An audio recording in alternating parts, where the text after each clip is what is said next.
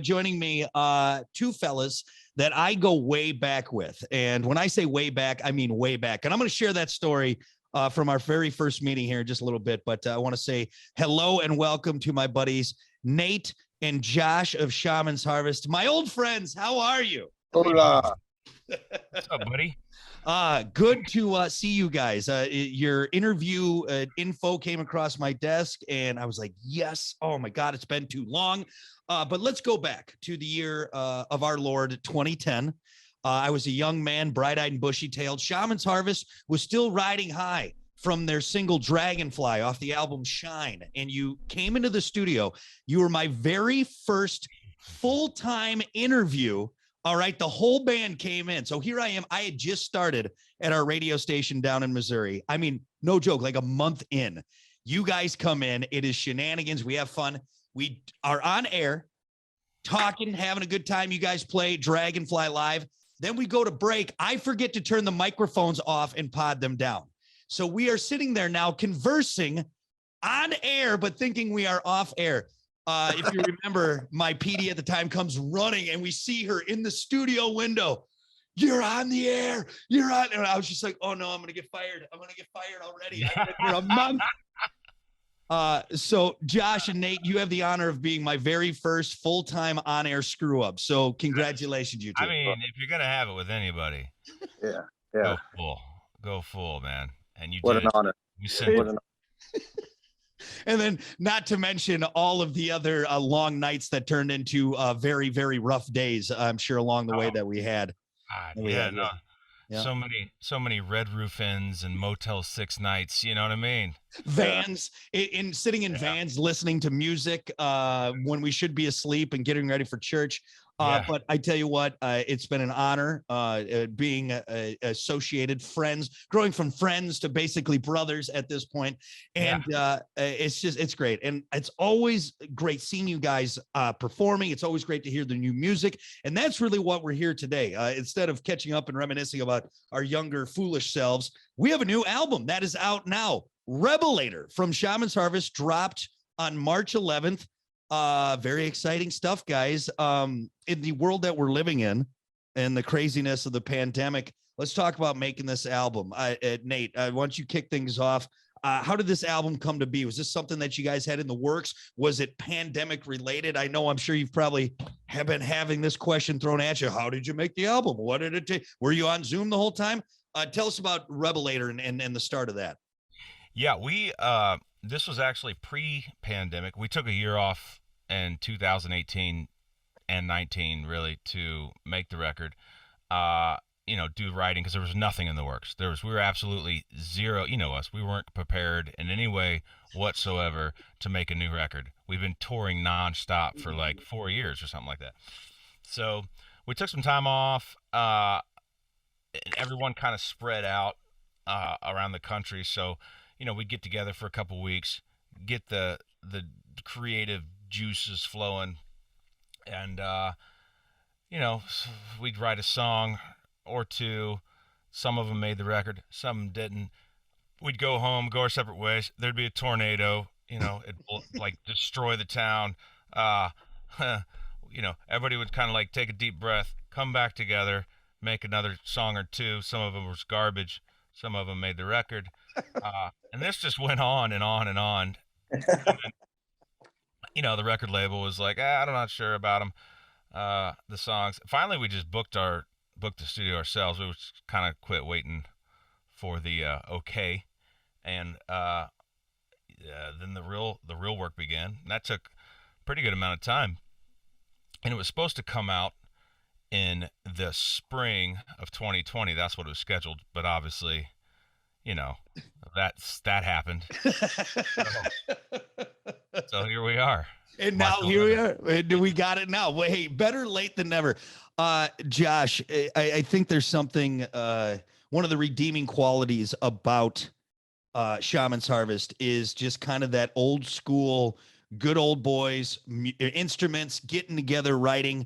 And from what Nate has said, that was still kind of the the general setup for you guys for this new record? Just you guys getting together, kind of punching it out, blood, sweat, and tears through it.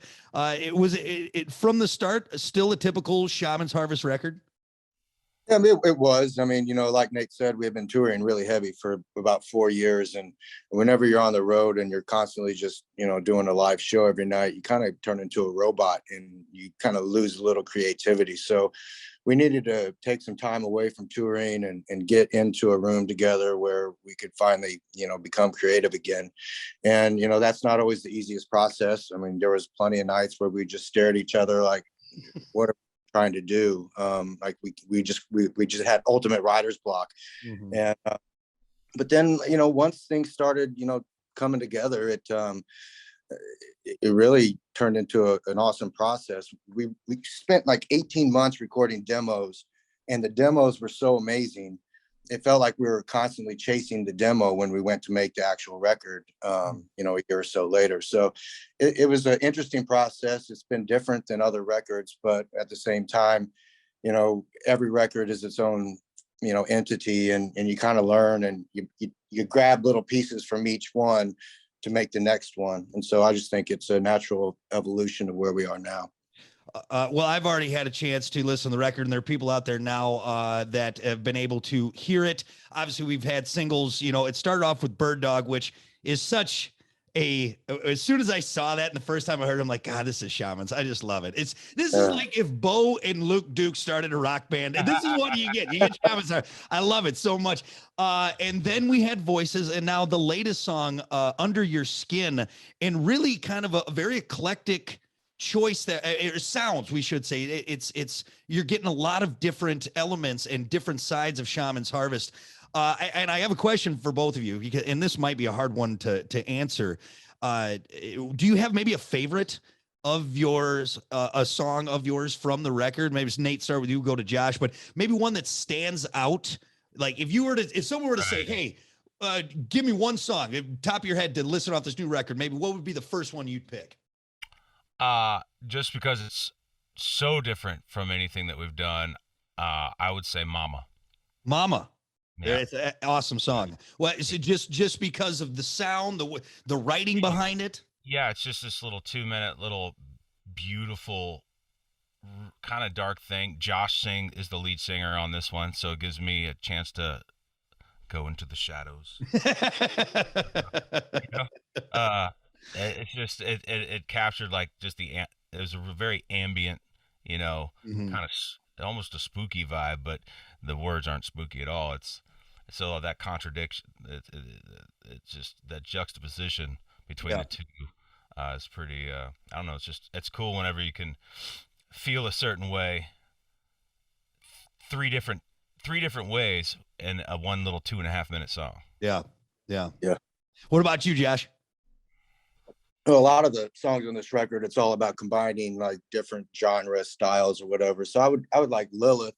It's kind of like 4 different types of music all blended together, and you have your industrial side of it with the beats and stuff that are going on with the slide guitar and the bluesy riffs and the gospel chorus kind of vibe. So it's like we like to take all these different elements and kind of just mix them up and throw it on the wall and see what happens. And with that song in particular, it just really struck a chord. It's an amazing record, and it really, for you guys, just continue to say mature in sound. Anyways, I don't know about mentally or anything like that, but in sound, definitely maturing and taking those steps. And you guys formed in 1996. You guys have been playing together for what is that now? Almost really, we're nearing 30 years if you look at it that way. I know. Sorry I know we still got a little bit of time, but you're on the wrong end of the 20s. All right. Oh, for sure. So when you think about that much time together, and I know there's an ebb and flow with bands, and where we're at now with this latest record, do you find maybe yourselves going back to earlier days when it comes to writing? Do you find new ways? I guess to me, it's so interesting because you could see burnout. You could see bands being like, I'm sick of this person, I don't want to play with them. But you guys have been able to hash it out since 1996. I don't know, Nate, what's been kind of the secret in getting us to where we're at now with this latest record and where Shaman's is? Well, I think the music changes. We don't burn out because we never found a formula that worked, so we're still searching. Uh, each record is so different from the record previously, Yeah. because we don't want to get bored. We don't want to get burned out. You want to be fresh as artists, because to us it really is art. Yeah. Um, the rest of it's just extra credit.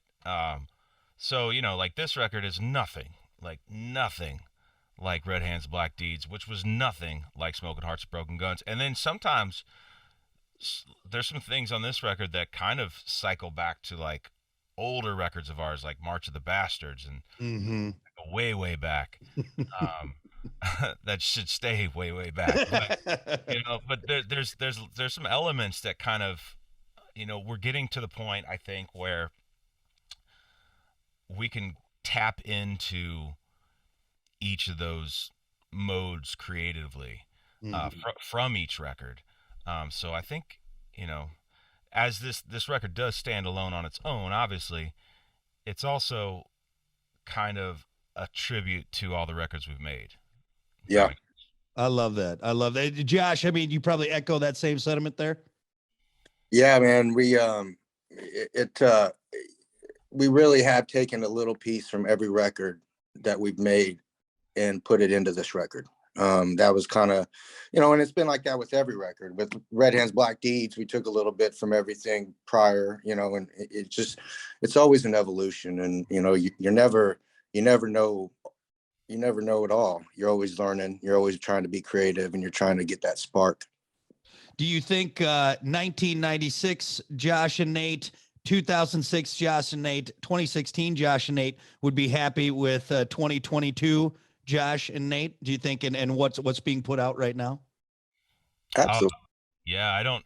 I mean, we've never ever released. I mean, we've released some songs on records that are like they're not as good as some other ones, but there's never been a time where we've gone, I'm ashamed of that. If we were ashamed, it didn't make the record. You know what I mean? Yeah. So, you know, I think our old selves are looking at us going, you're still, regardless of the pressures from the outside, business and beyond, Mm-hmm. uh, even from the fans, the fans are like, well, we want to hear this. Well, they don't never know what they want to hear because there's everybody's got opinions, but we're still writing for ourselves Yeah. and Yeah. hoping that somebody else likes it. Yeah. And if no one liked it, we'd still write the same songs. Right. It's just better when they do. Yeah, it makes it a little bit all the work and sweat and effort put into it. Right. Well, I am just so excited about this. Obviously, I've known you guys for such a long time, and it's just fun to watch it. And every time a new album is dropped, I am reminded why I'm a fan and became a fan in the first place, even from all those years ago. The first time I heard Dragonfly when I was doing my very first evening rock show down there in Missouri. So we're very excited. Everyone, go get the new record. It is out now. It's current single Under Your Skin. You can hear that on air. It's all over the place. Find it online, on YouTube. Go stream it, all that good stuff. Buy the record, more importantly. And then now, tour. I think, Josh, I saw something you posted with ZZ Top, and I don't know if that's the main one. Where you guys hit the road? What are you doing with this new record to promote it? We just got off the road with Theory of a Dead Man on the Say Nothing tour, and that was a nice 5-week run. And we're lining up some festival shows starting in May, and that's just a one-off with ZZ Top and Collective Soul in Oklahoma City. But we're putting together a tour right now. We hopefully be announcing it very soon. I don't know, Nate, maybe you've heard something about that. I think possibly next week, but it's going to be like the perfect tour, and it will. I mean, WJJO will definitely be into it. I'll just say that. Oh, hey, ooh, that was very ominous. I don't know, foretelling. Nostradamus. I like it. I'll take it, man. I'll take it. Right. Well, stay tuned then to WJJO so you don't miss out, because if you've never seen Shaman's Harvest, take it from me, I have spent a lot of time with these guys, whether it was intended or not, and it's always a great time. And just two of the coolest guys, and the band's amazing, and you're going to be blown away. And of course, go get the new album, which is out now. Josh, I do got to ask. Poker face, man. That guy's got a poker face. He hasn't He hasn't budged the whole moved. time. He hasn't moved. I know. I've been staring at this gorgeous photo of Josh this whole time we've been doing this. Which, by the way, the hat, Josh, has that hat been washed recently? I don't. Has it? It's funny you mentioned that. It actually has like a green. The inside of it has like this green fungus mold growing. I haven't washed it in like 7 years, so it's got all kind of funk, man. Thought about scraping it out and putting it in a pipe. See what happens. Yeah. I don't even think Willie could smoke that, man. That would put him down. And for anybody who doesn't know, Josh has this, I guess, what's the best way to describe it? I don't know, like a Kentucky bowler's hat. I don't know, like what would be the best, but he's worn it. I don't think I've ever seen you on stage without this hat on. And it's like a jock strap, a lucky jock strap, but for the head. And it's amazing. It looks great. Don't get me wrong, but we might need to steal that from him and give it just a quick rinse, just a quick run through. Yeah. We threatened it a couple times on tour. Don't get me wrong. Yeah. It's its own beast, man. He's going to grow legs one day and walk away and be like, I'm out of here, man. This is it. It's permanently shaped like that. It doesn't move at all. It's amazing. You're right. He doesn't play. He's played like 2 shows ever without it. Yep. And they were like the worst shows he's ever played in his life. Wait, I think we figured it out. All the magic. Like 7 guitar strings. Yeah. It's a magic hat. That's it. He got that from the devil. The wizard. It's the wizard. So we've had. I tell you what, I don't know if I'd recognize you without it, but I love it, man. And I appreciate you guys taking the time as always. We still got a little bit of time here. So let's do rapid fire with Josh and Nate. These are always so good. You don't need it. This will be fun. I'd never put you guys through anything. Come on now. No, never. Let's start real simple. So we'll start back and forth. I'll ask Nate, you start. Josh, then your answer, and we'll make it quick. All right. So let's start easy. Chili dog or corn dog? Nate. Chili dog. Josh. Chili dog. Let's see. Would you rather see Bigfoot or the Loch Ness Monster? Nate. Bigfoot, of course. Josh. Absolutely Bigfoot for sure. Max, we are the heads of the BFRO Missouri division, and we're pretty much experts when it comes to all things Sasquatch. I forgot, you Missouri boys, you're really into Bigfoot. You guys, you spend Saturdays and Sundays hunting, don't you? For Bigfoot? Oh yeah. Sometimes just in our minds.